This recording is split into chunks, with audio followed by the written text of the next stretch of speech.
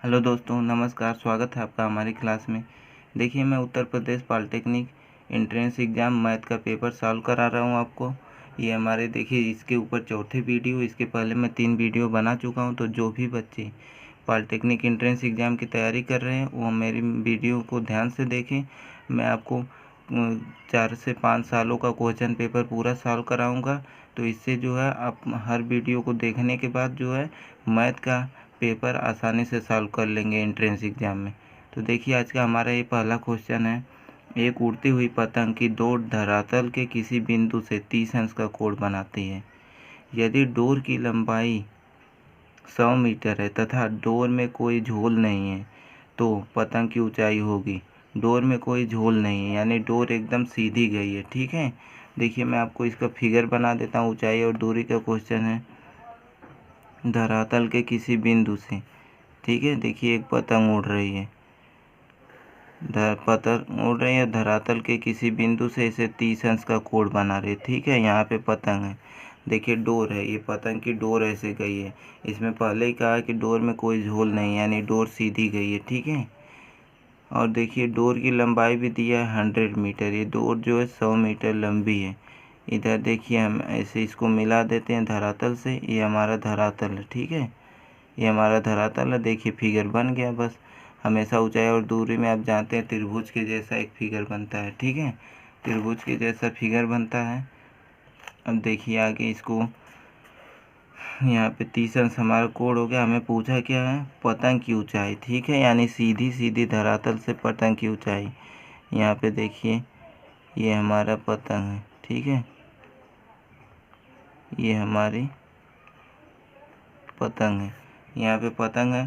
तो ये तो देखिए ऐसे ऐसे डोर की लंबाई यानी यहाँ से जो है 100 मीटर दूर है पतंग। ठीक है, 100 मीटर दूर है। लेकिन अब जहाँ पे है पतंग वहाँ से एकदम नीचे हम सीधी जो है लाइन बनाएंगे तो ये नीचे है धरातल है, धरातल से सीधे सीधे वो कितनी ऊंचाई पर। ठीक है, सीधे सीधे जैसे कोई सीधे बिल्डिंग खड़ा रहती है, खंभा खड़ा रहता है, उस तरह से अगर ये सीधे इसकी ऊंचाई नापी जाए तो यह धरातल से कितनी ऊंचाई पर उड़ रही है पतंग, ये हमें बताना है। तो आप इसमें देखेंगे कि किसकी किसकी हमें ज़रूरत है। ये दिया है और इसकी ज़रूरत है। तो क्या इस कोण के लिए ये लंब है और ये कड़। तो लंब और कड़ देखिए इसमें आ रहा है। तो लंब और कड़ किस में आता है, साइन में आता है। ठीक है, तो साइन में आता है तो इसमें साइन लगेगा। बस यही आपको ध्यान में रखना है। 2-3 चीज़ें आप ध्यान में रखेंगे तो ऐसा क्वेश्चन बस 2 से 3 लाइन में सॉल्व होता है। ठीक है, तो इसमें देखिए साइन लगेगा। हर क्वेश्चन में tan नहीं लगता है। आपको जो है क्या पूछ रहा है उस हिसाब से देखते हैं। हमें कड़ दिया है और ये हमें निकालना है, लंब निकालना है। तो लंब और कड़ साइन में आता है तो साइन थीटा लगेगा। तो यहाँ से देखिए साइन थीटा का मान 30 अंश है। 30 अंश का कोण बन रहा है। देखिए साइन 30 अंश बराबर लंब बटे कड़ होता है। ठीक है, इसका हम नाम रख देते हैं ABC। तो देखिए लंब क्या है, AC है हमारा, AC है लंब। और कड़ क्या है, BC है। ठीक है, AC/BC। और साइन 30 अंश, साइन 30 अंश का मान 1/2 होता है। ठीक है, 1/2 बराबर AC का मान तो हमको मालूम नहीं तो इसको ऐसे ही रहने देते हैं। और BC का मान देखिए 100 दिया है। ठीक है, 100। अब जानते हैं ये इक्वल है तो इसका क्रॉस मल्टीप्लाई होता है। 100 का 1 में मल्टीप्लाई होगा तो 100 ही रहेगा। 2 का AC में मल्टीप्लाई होगा तो 2AC हो जाएगा। ठीक है, तो AC बराबर, अब AC बराबर देखिए 100/2। देखिए इसके साथ गुणा में है तो इधर आके भाग में हो जाएगा, नीचे 2 हो जाएगा यानी 50 मीटर। ठीक है, 50 मीटर यानी जो है वह पतंग धरती से 50 मीटर ऊंचाई पे ऐसे तिरछे गई है पतंग। तो यहाँ से तो 100 मीटर दूर है लेकिन धरती से सीधे सीधे उसकी ऊंचाई 50 मीटर है। ठीक है, तो ऑप्शन आपका जानते हैं इसमें ऑप्शन दिया रहता है।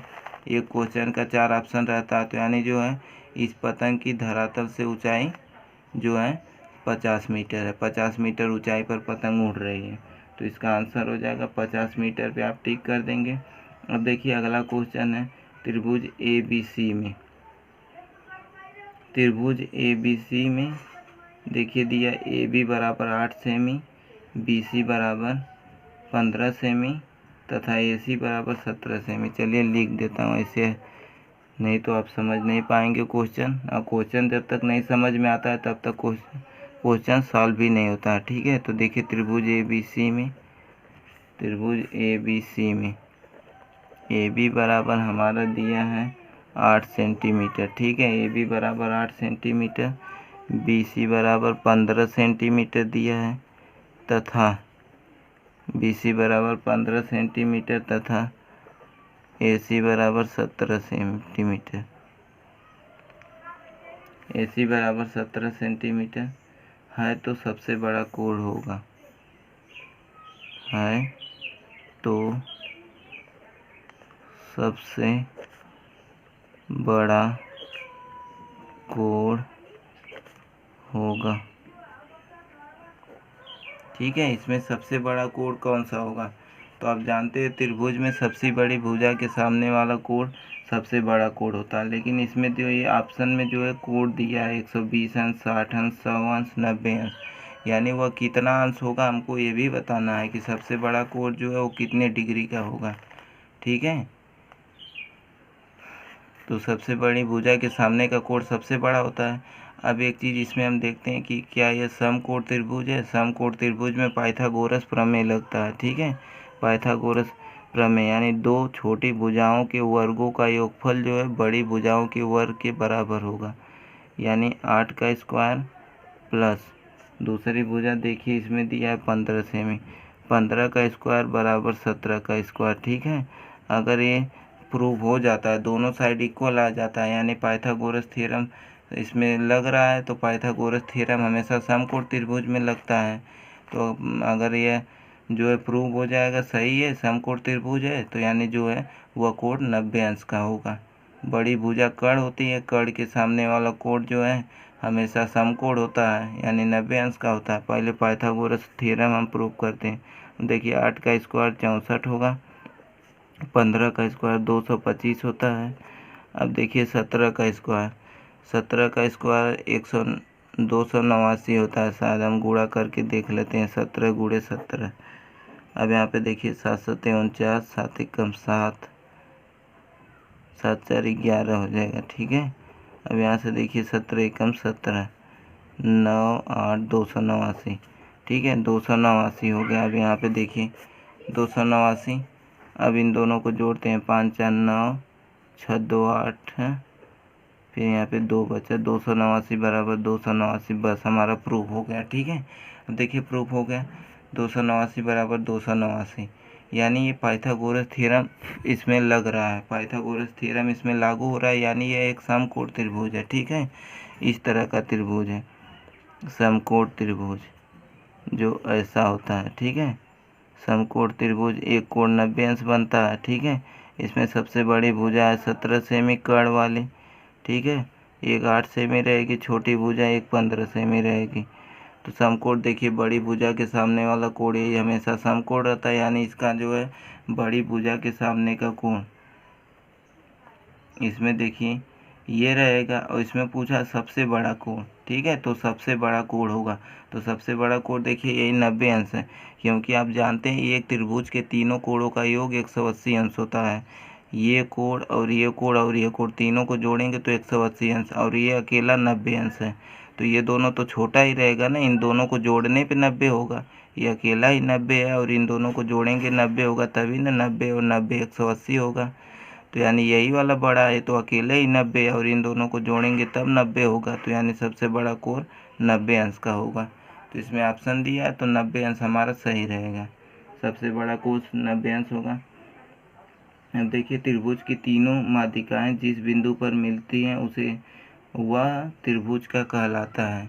ठीक है, अगला क्वेश्चन है कि त्रिभुज की तीनों माध्यिकाएं जिस बिंदु पर मिलती हैं वह त्रिभुज का क्या कहलाता है? लंब केंद्र, परिकेंद्र, अंतःकेंद्र, केंद्रक।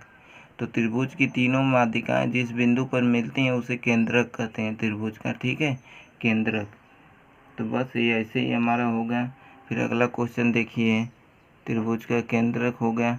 फिर चौथा क्वेश्चन, क्वेश्चन नंबर 4। ठीक है, अब देखते हैं क्वेश्चन नंबर 4 है हमारा।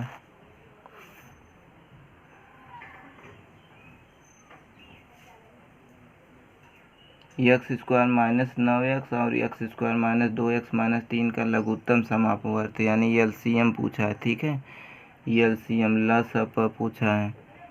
एक्स क्यूब माइनस 9x और एक्स क्यूब माइनस 9x और देखिए एक्स स्क्वायर माइनस 2x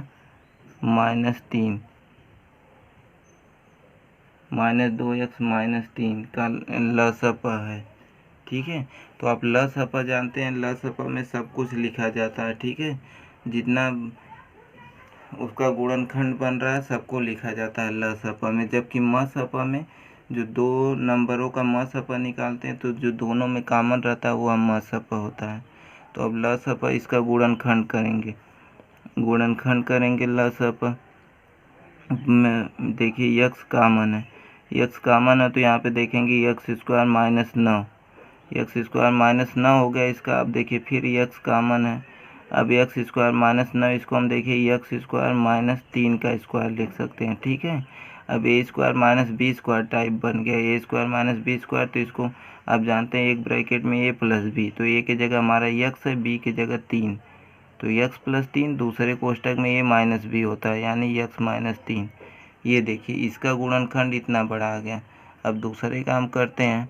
ठीक है, x square minus 2x minus 3, x square minus 2x minus 3 का करते हैं। देखिए एक्स स्क्वायर इसको हम माइनस 3x लिख देते हैं प्लस एक्स माइनस 3। अब यहाँ पे देखिए माइनस, अब गुणनखंड तो आप जानते ही हैं, हर वीडियो में मैं बताता हूँ इसको ऐसा क्यों लिखा है, आप जानते ही हैं। अब माइनस 3x लिखा है प्लस एक्स, यानी माइनस और प्लस घटेगा तो 3 में से 1 घटेगा तो 2 आ जाएगा। हमने बड़े वाले नंबर के आगे माइनस लगाया तो यानी हमारा माइनस भी आ जाएगा। और इन दोनों का गुणा करने पे लास्ट वाला आना चाहिए हमारा कांस्टेंट नंबर। ठीक है, यानी जो है कांस्टेंट का हिंदी होता है कांस्टेंट नंबर, यानी जो खाली बस नंबर रहता है। ठीक है, जो फिक्स होता है, जो बदलता नहीं है। ठीक है, तो यहाँ से देखिए माइनस 3x प्लस एक्स। अब देखिए इन दोनों में x कॉमन है, x दोनों में है, एक x कॉमन हो गया तो x बचा माइनस। अब इसमें से x कॉमन हो गया तो यहाँ 3 बचा। अब देखिए प्लस 1। अब यहाँ पे देखिए इन दोनों में कुछ कॉमन नहीं तो हमने 1 लिख दिया। ठीक है, 1 कॉमन x माइनस 3 यही बचा।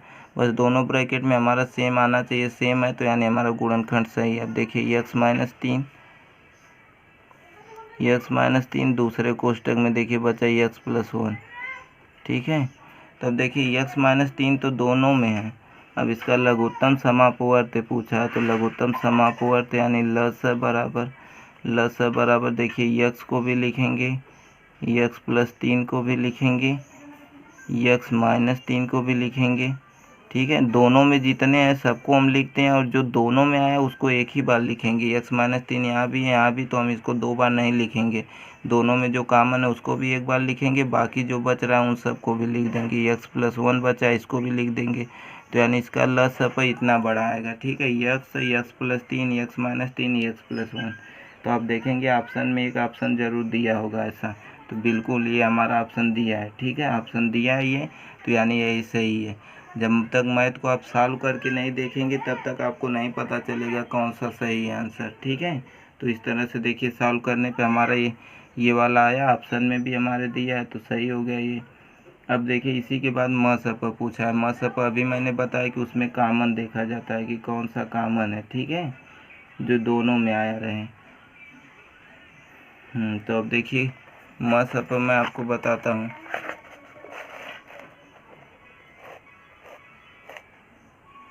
देखिए मसअप अगला हमारा क्वेश्चन नंबर 5 है।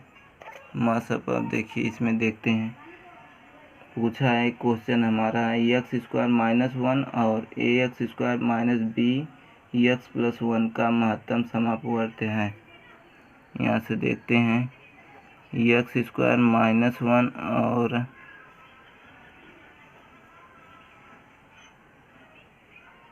ए X square minus A X cube minus B X plus 1। ठीक है, का मसअप है। महत्तम समापवर्त लिखा है यानी मस, ठीक है, का मस है। इसमें देखिए मस पर दे दिया का मस पर यक्स माइनस हो, इसमें कुछ अलग पूछा है, यक्स माइनस 1 हो तो क्या पूछा है, तो ए और बी में संबंध पूछा है, ठीक है। यक्स माइनस 1 हो तो ए और बी में संबंध हमें बताना है, तो ए और बी में संबंध बताइए।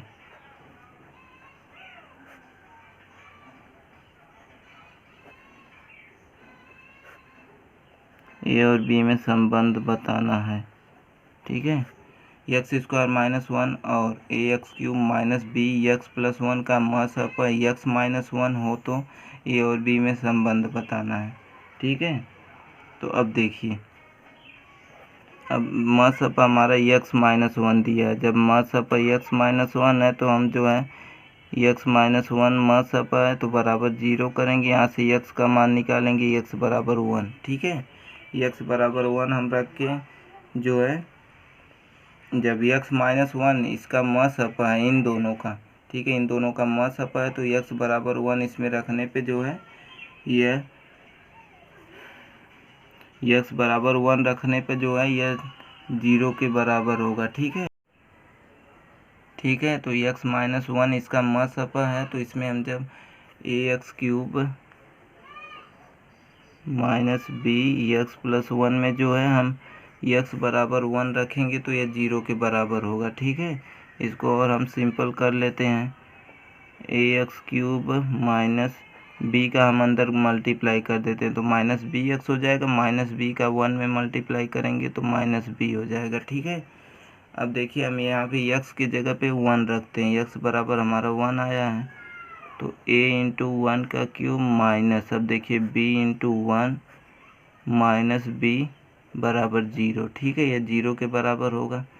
तो अब यहाँ से हम देखेंगे a गुणे 1 पावर 3 यानी 1 ही आएगा, माइनस बी गुणे 1 यानी b रहेगा, माइनस बी इक्वल टू 0, ठीक है।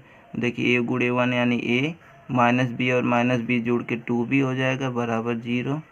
अब यहाँ से हम देखते हैं माइनस 2b ये दूसरे साइड जाएगा तो a बराबर 2b हो जाएगा, ठीक है, a बराबर 2b हो जाएगा, दूसरे साइड जाएगा तो यानी देखिए यही हमारा क्वेश्चन में एक ऑप्शन हमारा ये दिया है, a बराबर 2b, ठीक है।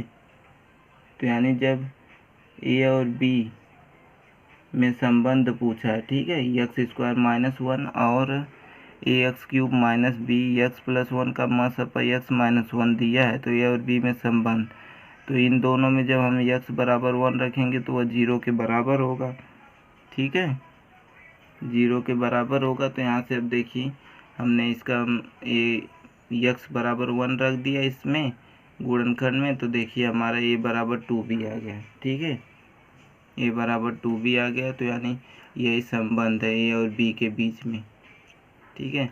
तो दोस्तों आज के लिए इतना ही, बाकी अगले वीडियो में बताऊंगा। तो आपको अच्छा लगा तो लाइक शेयर एंड सब्सक्राइब ज़रूर कीजिए। आप हमसे मैथ पढ़ना चाहते हैं तो हमारे चैनल को सब्सक्राइब कर लीजिए और अपने दोस्तों को भी शेयर करिए, जो भी बच्चे मैथ पढ़ना चाहते हैं, पॉलिटेक्निक एंट्रेंस एग्ज़ाम की तैयारी कर रहे हैं, वो भी पढ़ेंगे, वो भी हमारे वीडियो से कुछ सीखेंगे। और आपको अच्छा लग रहा है तो लाइक ज़रूर करें, आपके लाइक करने से हमको मालूम पड़ता है कि कितने लोगों को पसंद आ रहा है हमारे वीडियो, कितने को नहीं आ रहा है। तो जो हम और ज़्यादा मेहनत करेंगे, अच्छे से आपको अच्छा से अच्छा समझाने की कोशिश करेंगे। तो दोस्तों लाइक शेयर एंड सब्सक्राइब ज़रूर करें हमारे वीडियो को। धन्यवाद।